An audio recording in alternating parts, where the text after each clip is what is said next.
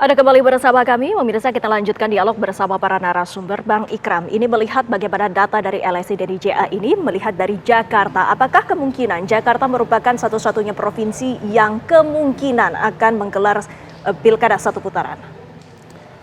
Sebenarnya kalau merujuk ke data quick count, potensi satu putaran, dua putaran itu ada ya. Namun ini kan sudah ada data yang real count yang kemudian punya kepastian ya. Dan kepastian ini kan kalau kita lihat angkanya sudah 50% lebih dari satu ya. Artinya tentu kalau ini dibantah bahwa belum mengenapi angka kemenangan itu kan harus terus dibuktikan ya. Tentu kalau nanti akan masuk ke MK itu kan harus ada namanya posisi absolut dominan yang betul-betul punya alat pembuktian yang kuat ya, yang terstruktur, sistematis, masif. Nah ini juga harus dibuktikan dan saya pikir kalau itu bisa dibuktikan, angka 2.900 ini kan bukan angka yang sangat kecil selisihnya ya. Jadi saya pikir pasti punya kiat-kiat antara paslon 01 ya, yang kemudian sampai detik ini kita lihat masih punya keyakinan bahwa ini akan berjalan dua putaran. Tentu kalau merujuk hasil quick count dan real count, ini pasti tidak akan bahas di sengketa hasilnya ya. Tapi sengketa proses ya. Nah, saya pikir proses ini yang harus dibuktikan secara kuat bahwa betul-betul ada fenomena atau peristiwa yang merugikan ya. Tentu Mas Arief dan kandidatnya itu. Saya pikir itu sah-sah aja dan memungkinkan, tinggal bagaimana narasi dan poin-poin yang nanti disampaikan. Jadi Mas Arief sebenarnya yang disasar nih penyelenggara pemilunya atau rivalitasnya Mas yang disasar? Iya, dari tim kuasa hukum Gerindra dan tadi di konferensi pers dari di sekretariat ya pemenangan itu kan jelas gitu bahwa proses yang hari ini berlangsung itu kita laporin ke DKPP, itu objeknya KPU dan Bawaslu gitu ya, karena dianggap tidak profesional. Tadi kan Prof. Burhan juga sampaikan ya, itu harus terang benderang. Nah sebenarnya tadi sudah sekilas dijelaskan gitu ya, misalnya sampai saya catat itu tiap daerah ya Jakpus 26 titik, Jakbar ya ini C6 yang tidak sampai ke pemilih misalnya sampai 160.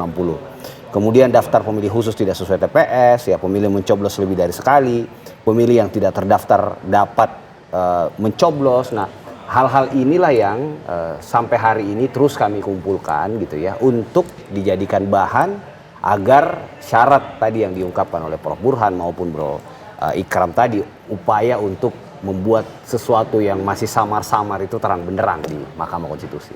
Ada banyak temuannya. Ya tadi kan sudah dijelaskan ya, tentu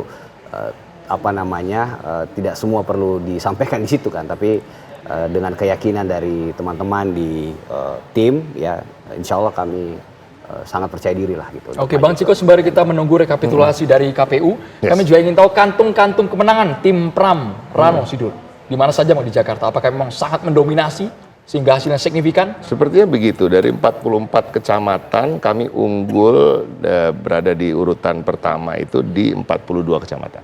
Jadi kami hanya kalah di 2 kecamatan dan ya, tapi ada hal yang cukup mengejutkan bahwa kami bisa menang lebih dari 50% di Jakarta Selatan dan di Jakarta Timur.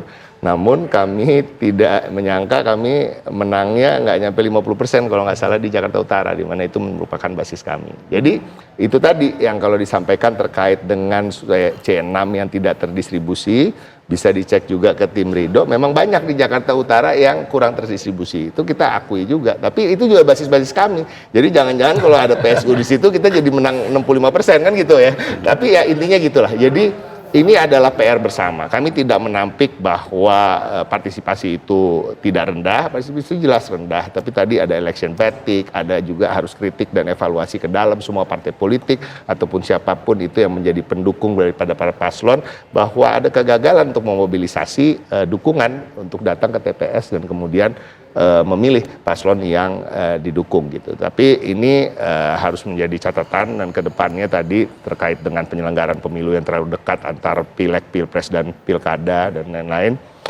Namun selain itu kami mengucap syukur lah terkait dengan kemenangan kami di semua kabupaten kota, kabupaten Pulau Seribu dan 5 kota.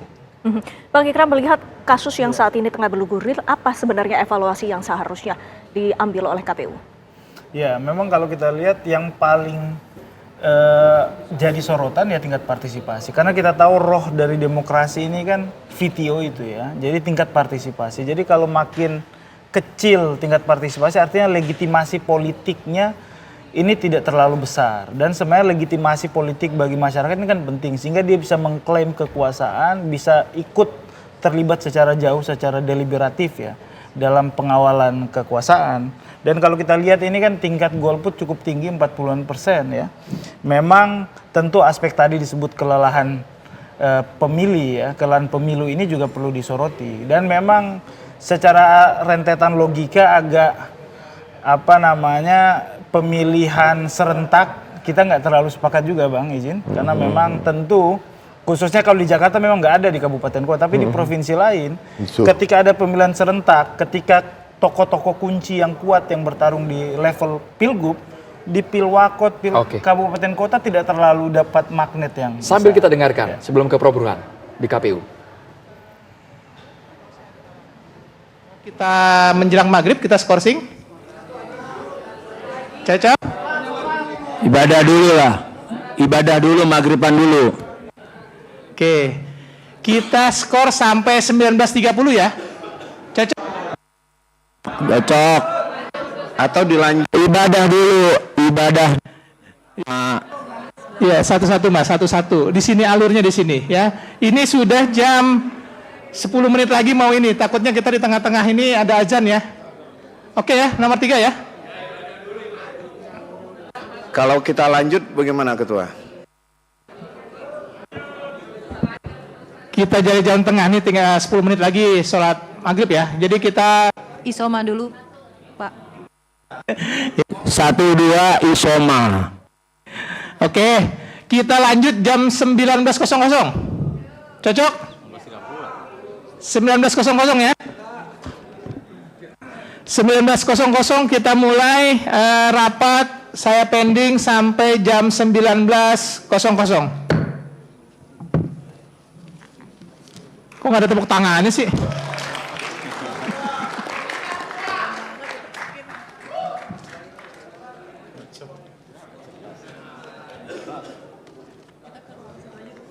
Ya, sih.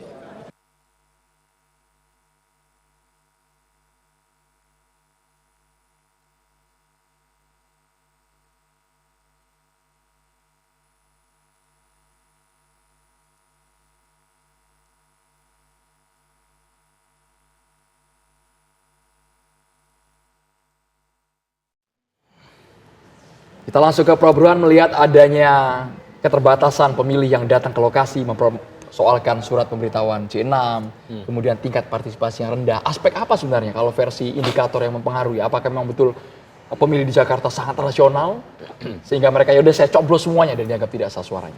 Ya, untuk protes vote 7,7% mereka datang ke TPS tetapi sengaja mencoblos semua gambar calon, itu menunjukkan protes terhadap partai politik dalam menyediakan calon yang mereka akan pilih.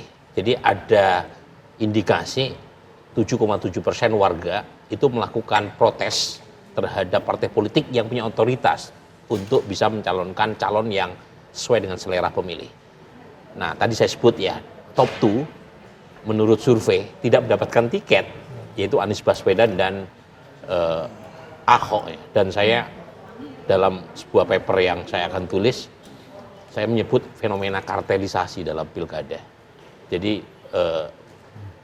kartel itu adalah satu bentuk di mana persaingan ditiadakan. Jadi tidak ada lagi kompetisi. Padahal dalam demokrasi, inti dari demokrasi adalah persaingan. Dan itu dimunculkan oleh tadi, satu sisi ada Kimples yang bergerombol, kemudian mendominasi pencalonan, sehingga partai-partai yang seharusnya punya keleluasan untuk mencalonkan kader terbaik mereka, itu bersepakat untuk mencalonkan satu saja. Nah, untung saja itu MK mengambil keputusan yang menurut saya sangat dramatis untuk menurunkan barrier to entry, sehingga PD Perjuangan bisa mencalonkan. Sebab kalau misalnya memakai aturan lama, PD Perjuangan nggak bisa maju. dengan memasang nama Pramono dan Rano Karno. Jadi ini satu kritik sekali lagi yang berkaitan dengan banyak hal, Andrew. Satu, menurut saya election fatigue tadi itu juga punya dampak, karena kalau dalam pilkada yang waktunya berdekatan dengan pilpres, itu nuansa koalisi di tingkat nasional itu menjalar ke bawah. Jadi koalisi di tingkat nasional dipaksakan turun ke bawah kalau pilpres dengan pilkadanya terlalu dekat. Jadi perlu diatur supaya waktunya tidak terlalu berdekatan, supaya partai-partai punya kedaulatan untuk mencalonkan kader mereka sendiri tanpa terpengaruh oleh desain koalisi di tingkat nasional. Yang kedua nih ya, ada aturan, dan ini MK yang memutuskan, yaitu calon kepala daerah kalau misalnya datang dari parlemen, itu dia harus mengundurkan diri secara permanen. Dan itu sebelumnya nggak ada. Itu yang buat orang pikir-pikir. Orang mikir, ngapain barusan terpilih kemudian harus mundur secara permanen. Padahal salah satu sumber rekrutmen calon kepala daerah dari parlemen. Nah ini yang kedua. Yang ketiga, menurut saya perlu juga dipikirkan buat menetapkan ambang batas maksimum koalisi. Kalau selama ini kan threshold itu diberlakukan untuk ambang batas minimum koalisi. Nah, supaya tidak terjadi aksi borong partai, itu batas maksimumnya yang ditetapkan. Jadi bukan sekedar MK terakhir kan tergantung jumlah pemilih ya di tiap wilayah ya. Sekarang batas maksimumnya nggak boleh lebih dari 50% misalnya. Nah, otomatis kalau partai dibatasi supaya tidak bisa mencalonkan lebih dari 50%, mereka dipacu atau di-encourage untuk mendukung calon lain kan. Memecah koalisi juga. Memecah koalisi. Dan itu memperbanyak pilihan kepada warga supaya mereka ini punya aspirasi yang sesuai dengan apa yang disediakan oleh elit politik. Jadi ini cara kita untuk mendobrak kartelisasi dalam pilkada tadi, supaya prinsip demokrasi yaitu persaingan itu bisa dikembalikan dan masyarakat punya pilihan yang beragam. Jadi ibarat prasmanan itu mereka bisa milih sesuai dengan apa yang mereka ingin. Jangan di fait accompli sama elit politik. Dan kalau itu bisa dilakukan, dugaan saya akan meningkatkan partisipasi dan partai politik punya keleluasan untuk mencalonkan kader terbaik mereka. Baik. Kita masih akan melanjutkan dialog kami. Selepas jeda pemirsa, kami masih akan membahas mengenai rekapitulasi Pilkada serentak 2024.